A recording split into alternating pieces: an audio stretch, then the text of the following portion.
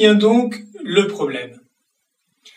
Le problème est lié à l'importance folle que nous accordons à l'image de nous, à nos propres yeux.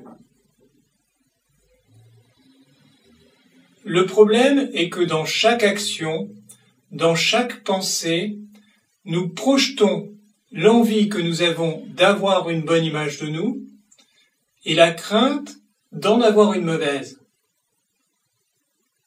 Et donc, nous voudrions pouvoir tout contrôler en fonction de cela.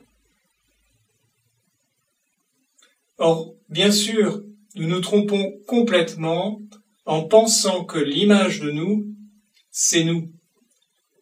C'est comme si nous prenions l'image de notre corps dans le miroir pour notre propre corps, et dans ce cas, évidemment, nous vivrions en permanence dans la hantise que le miroir ne soit cassé. Le problème est donc que nous prenons l'image de nous pour nous-mêmes et que nous entretenons en permanence des espoirs et des peurs pour cette image. Alors c'est une habitude inconsciente. Cette habitude d'ailleurs crée en nous des tensions permanentes. Nous vivons sans arrêt dans l'espoir de ceci et la crainte de cela.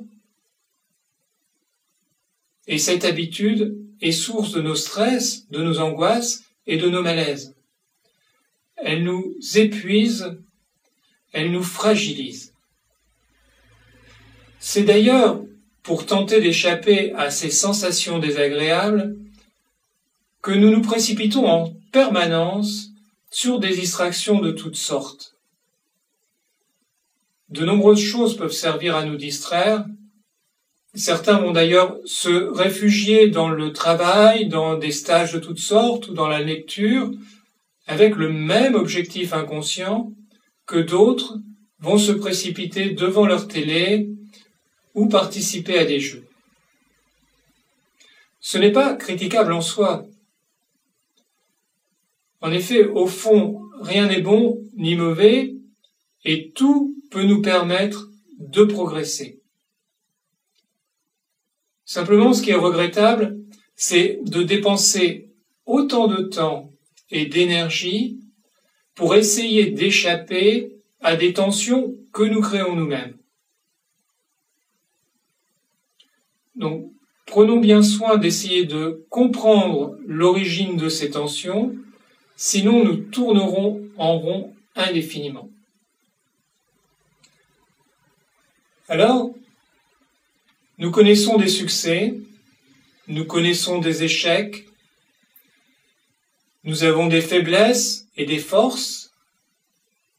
Parfois, nous nous sentons fiers, et parfois nous pouvons connaître la honte. Parfois, nous allons très bien, et à d'autres moments très mal. C'est vrai, c'est la vie. Mais si pendant tout ce temps, nous concentrons notre attention sur l'image de nous, nous allons vivre en permanence entre les attentes et les craintes, entre le désir et la peur. Nous pouvons difficilement nous aimer dans ces conditions, et donc la prudence, l'hésitation à nous aimer que nous évoquions, est ici totalement justifiée. Car oui, si nous aimons l'image de nous, cela peut très facilement nous entraîner vers l'orgueil, vers l'égoïsme ou vers le narcissisme. Et donc, notre inconscient a tout à fait raison de nous mettre en garde.